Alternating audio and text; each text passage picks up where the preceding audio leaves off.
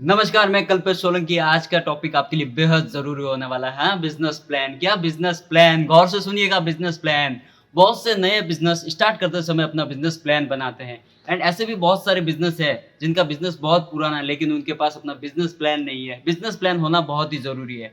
Lockdown के कारण भारत में 40 से 50% बिज़नेस ऐसे हैं, जो बंद हो चुके हैं। क्या हो चुके हैं? बंद हो चुके हैं, क्योंकि उनके पास मैं दावे के साथ कह सकता हूँ कि उनके पास अपना बिज़नेस मॉडल या बिज़नेस प्लान नहीं होगा।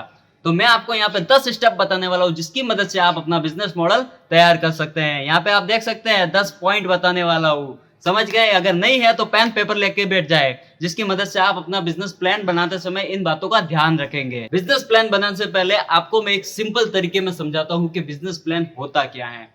सबसे पहले मान लेते हैं कि आप अपना नया घर बनवा रहे हैं। नया घर बनवाने से पहले आप घर का नक्शा बनाएँगे, जिसकी मदद से आपको पता रहे कि बेडरूम किधर आएगा, किचन किधर आएगा, हॉल कितने होंगे, स्टोर रूम कहाँ पर देना है, कितने घर के अंदर टॉयलेट एवं बाथरूम होंगे, अपनी कार पार्किंग का एरिया कितना होगा, ये सब उस नक्शे के अंदर होता है, जिसकी मदद से आप ट्रैक कर पाते हैं। उसी तरह आपका बिज़नेस मॉडल भी है, उसके अंदर ये 10 बातें होनी चाहिए, जो मैं अभी आपको बताने वाला हूँ। पहला पॉइंट देता हूँ, आइडेंटिटी।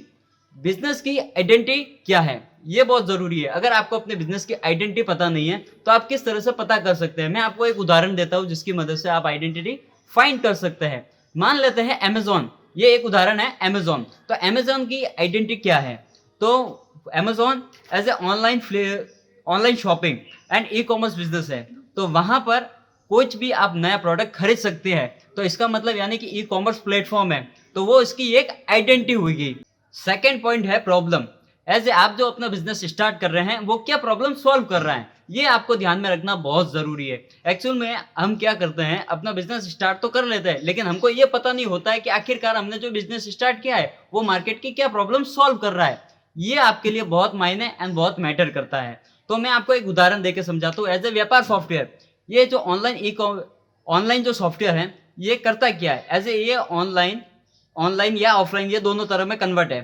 तो यहाँ पर व्यापार सॉफ्टवेयर के through as a small business related, जैसे दुकान का स्टॉक वगैरह जो भी है वो मैनेज नहीं कर पाते ज़्यादातर स्मॉल दुकान वाले, तो उनके लिए ये एक सॉफ्टवेयर बनाया गया, जिसके थ्रू वो घर बैठे या कहीं पर भी, अगर दुकान से बाहर भी है तो कहीं पर भी वो वहाँ से अपना स्टॉक देख सकते हैं एंड वो बिलिंग चेक कर सकते हैं। तो ये उनका एक प्रॉब्लम सॉल्विंग मैटर है। तो ये आप समझ सकते हैं कि किस तरह उन्हें एक प्रॉब्लम सॉल्व की एंड किस तरह एक व्यापार सॉफ्टवेयर बनाया, जो स्मॉल दुकानदार के लिए बहुत जरूरी। तीसरा पॉइंट है ओवर सॉल्यूशन। आपने जो प्रॉब्लम फाइंड की है, क्या उससे भी पहले उसका सॉल्यूशन निकल सकता है?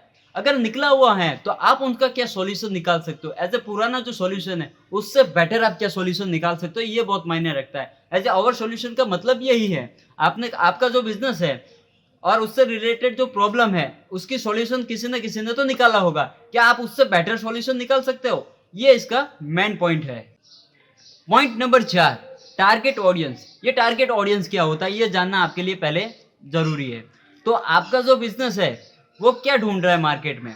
जैसे मैं मान लेता हूं कि आपके बिजनेस एक क्लॉथ स्टोर है, तो आपके लिए टारगेट ऑडियंस क्या हुई? 16 से 25 साल के लड़के, क्योंकि उनको ट्रेंडिंग ड्रेसेस पहनने का बहुत ज्यादा शौक होता है। तो उसके हिसाब से आपकी ऑडियंस हुई 16 से 25 साल के लड़के, क्योंकि ये आपके लिए एक टारगेट ऑडियंस है।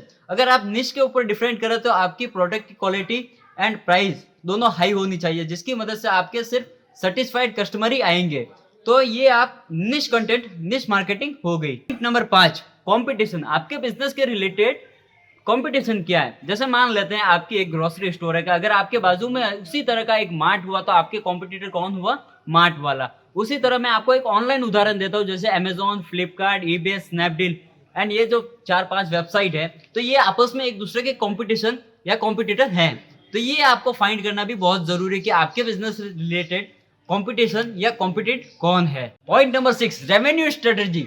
आपके बिजनेस मॉडल में ऐसा क्या सोर्स है जिसकी मदद से आप रेवेन्यू जनरेट कर सकते हैं, ये आपको फाइंड करना एंड ढूंढना बहुत जरूरी है। जैसे मैं आपको एक उदाहरण देता हूँ, जैसे आप एक यूट्यूबर या फिर एक ब्लॉगर या फिर कोई भी एक वेबसाइट हैंडल करते हो, तो आपको पता होगा कि रेवेन्यू कैसे जनरेट किया जा सकता है। तो उसके लिए आपको क्या करने की जरूरत है? अगर यूट्यूब है तो वीडियो ज्यादा अपलोड करने की जरूरत है, मोनेटाइजेशन ऑन करने की जरूरत है, जिसके थ्रू आप अपना रेवेन्यू जनरेट कर सकते हैं। ऐसे ऑफलाइन कैसे कर सकते हैं? आपके कस्टमर को डिस्काउंट देकर बुला सकते हैं, जिसके थ्रू ज्यादा कस्टमर आएंगे और उसके थ्रू आपका रेवेन्यू जो है ज़्यादा जनरेट होगा। इस तरह से आपको कुछ आइडियाज़ वगैरह आपको फाइंड करने पड़ेंगे। तो रेवेन्यू स्ट्रेटजी आपके लिए भी बहुत मायने रखती है। पॉइंट नंबर 7, मार्केटिंग एक्टिविटीज़ क्या है? ये आपको जानना बहुत ज़रूरी है। मैं आपको एक सिंपल उदाहरण देता हूँ, जैसे कि आपकी दुकान ऑफलाइन है, तो जैसे ही आप उसे दुकान को ऑनलाइन ले जाएँगे, तो वो कैसे ले जाएँगे? एक ऐड के थ्रू। जैसे आपने एक वेबसाइट बनाई, वेबसाइट पे न्यू वेबसाइट है तो ज़्यादा कस्टमर आपकी वेबसाइट पे आएँगे नहीं, तो उसके लिए आप क्या करेंगे? एड्स लगाएँगे, बैनर लगाएँगे एंड आपकी बहुत सारी ऐसी एड्स वगैरह रन करेंगे, जिसकी मदद से आपकी कस्टमर आए और आपका प्रोडक्ट जो है वो सेल हो, जिसके थ्रू आप रेवेन्यू जनरेट कर सकें। तो ये आपकी क्या हुई? एक मार्केटिंग एक्टिविटीज़ हुई। तो ये आपको भी ध्यान में रखना बहुत ज़रूरी है। Point number 8, expenses. आपका जो आपने बिज़नेस स्टार्ट किया उसका खर्चा क्या है? जैसे मान लेते हैं आपके ऑफ़िस का, आपने जो ज़मीन खरीदी है उसका एंड आपके ने जो मशीन लगाई है उसका, आपके वर्कर टीम का, आपकी वर्कर टीम सैलरी कितने लेंगे उसका, ये जितने भी खर्चे हैं वो भी आपको मेंशन करना बहुत ज़रूरी है। पॉइंट नंबर 9, टीम एंड की रोल। आपने जो बिज़नेस स्टार्ट किया है, उसके अंदर आपकी कितनी टीम लगी हुई है? जैसे टीम नंबर ए मशीनरी का काम देगी, टीम नंबर बी वो आपके प्रोडक्शन का काम देंगे, टीम नंबर सी जैसे आपके वर्कर का ध्यान रखेंगी। उस तरह की आपकी टीम कितनी है, ये भी आपको मैनेज करना बहुत ज़रूरी है। पॉइंट नंबर 10, एफपी यानी कि फ्यूचर प्लान। आपका फ्यूचर प्लान क्या है? जैसे मान लेते हैं आज आपके पास एक शॉप है, आपके 5 साल बाद आपके 100 शॉप बनाने का फ्यूचर है। ऐसे आप एक ऐसी बिजनेस स्ट्रेटजी बनाएं जिसकी मदद से आप अपना गोल अचीव कर सकें। And business related business plan के फायदे क्या है, ये आपको मैं नेक्स्ट वीडियो में बताऊंगा। एंड उस वीडियो के अंदर आपको बताऊंगा, इतने तरीके से बताऊंगा जिसकी मदद से आप अपना एक परफेक्ट फ्यूचर प्लान भी क्रिएट कर सकते हैं। और हाँ, आज ही अपने बिजनेस को लीगली स्ट्रांग बनाने के लिए मेरी जरूरत.com पर आप अपना लीगल एंड बिजनेस सर्विस वहां पर बुक कर सकते हैं। तो जाइए एंड बुक करें।